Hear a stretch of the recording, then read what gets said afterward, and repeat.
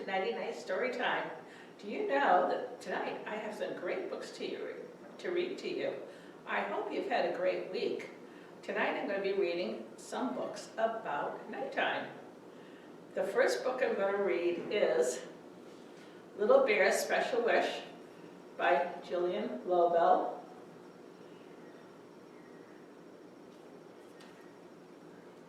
Published by Little Tiger Press.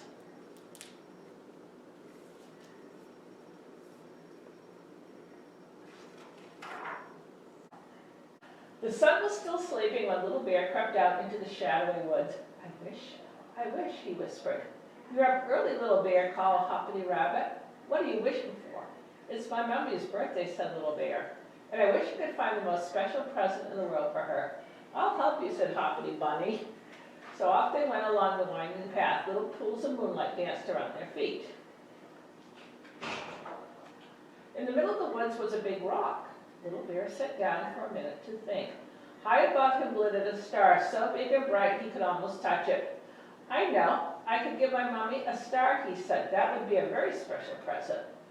Little Bear gave a little jump, but he could not reach the star. He gave a very big jump, but still he could not reach the star. The Little Bear had an idea. I know, he said, if we climb to the very top of the hill, then we will be able to reach the stars. From the top of the hill, the stars looked even brighter and much closer too. Little Bear stretched up into his tippy toes, but the stars were still too far away. The Little Bear had an even better idea. I know what we can do, he said. We can build a big, big tower to the stars. I'll help you, said Hoppity Bunny. Together they piled the biggest stones they could find, one on top of the other. Then they stepped back and looked. A stone stairway stretched to the stars. Now we can reach a star for my mummy, said Little Bear happily. He climbed right up to the top and stretched out a paw. But still he could not reach the stars. I have an idea, said Hoppity Bunny. If I climb onto your shoulders, then I can knock a star out of the sky with my long ears.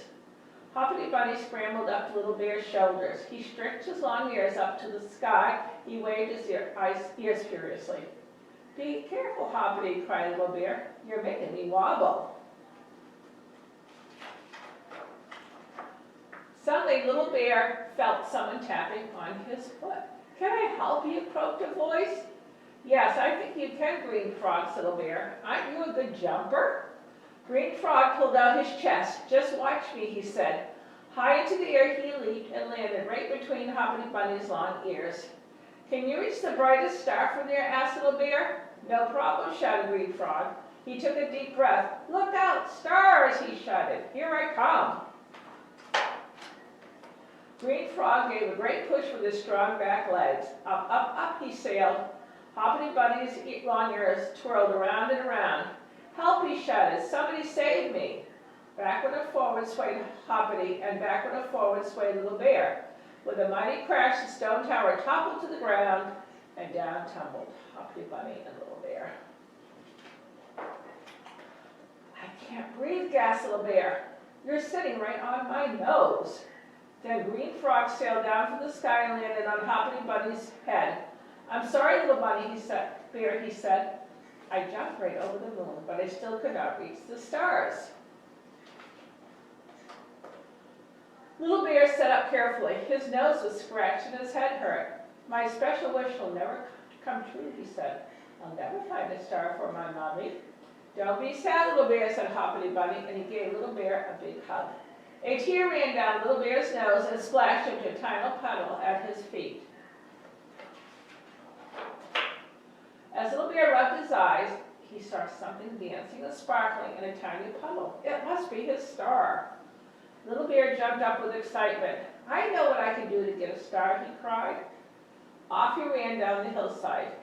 Wait for us, cried Hoppity Bunny and Green Frog.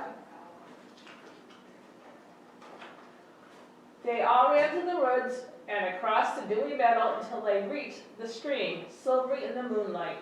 For a long time, they searched along the sandy shore until Little Bear found just what he was looking for. Then very carefully he carried his special thing all the way home. Happy birthday, Mommy, cried Little Bear. He placed a pearly shell that shone like a rainbow into his mother's lap. In the heart of the shell, a tiny pool of water quivered. And in the pool, a very special star shivered and shook. The star that had made Little Bear's first birthday wish come true. Hoppity Bunny, Green Frog helped me find the shell, but I caught the star all by myself, said Little Bear proudly. Mommy Bear knelt down and gave Little Bear a big hug. Thank you all very much, she said. This is a very special birthday present. The end.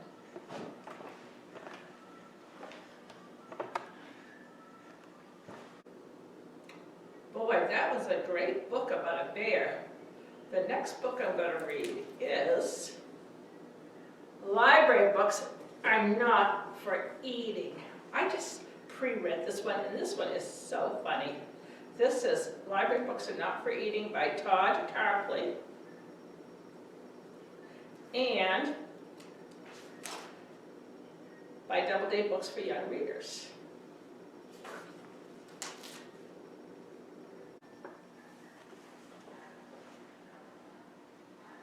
The day Miss Bronte came to school, story time was extra cool. She told Great Jakes was never mean, biggest smile you'd ever seen. One small problem couldn't beat it. Once she'd read a book, she'd eat it. She'd say, the end, you'd hear a crunch, then 3 or 4 more books for lunch. Miss Bronte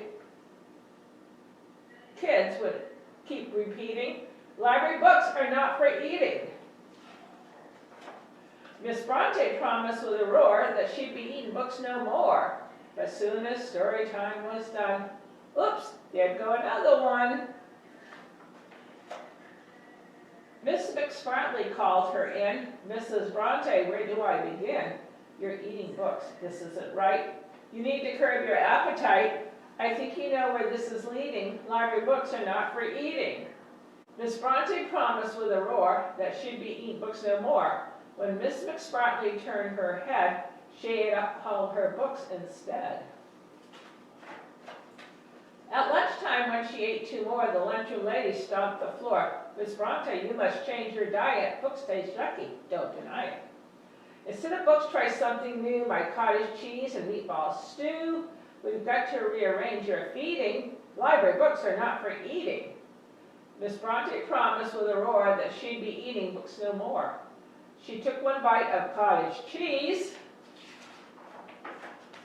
then ate 3 books of recipes.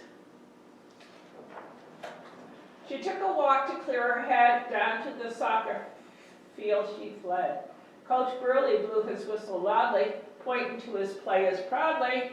I've got problems of my own, a soccer field that's overgrown. Can't mow the grass, can't pick the weeds. You're not the only one with needs. Be a winner, no more cheating. Library books are not for eating. Miss Bronte promised with a roar that she'd be eating books no more. But as Coach Burley turned his gaze, she ate his book of soccer plays.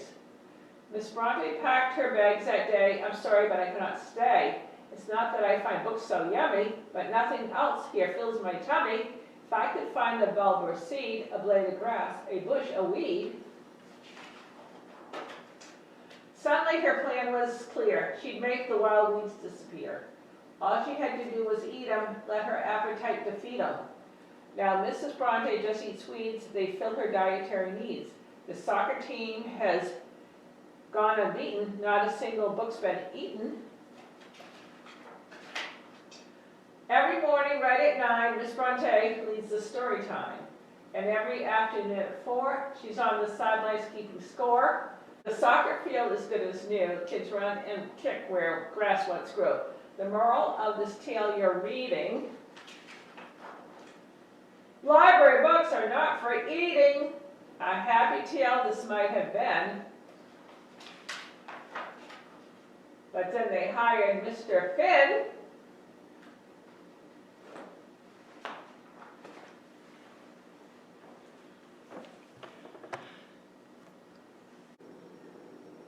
That was a great book. Wasn't that a great book about a dinosaur?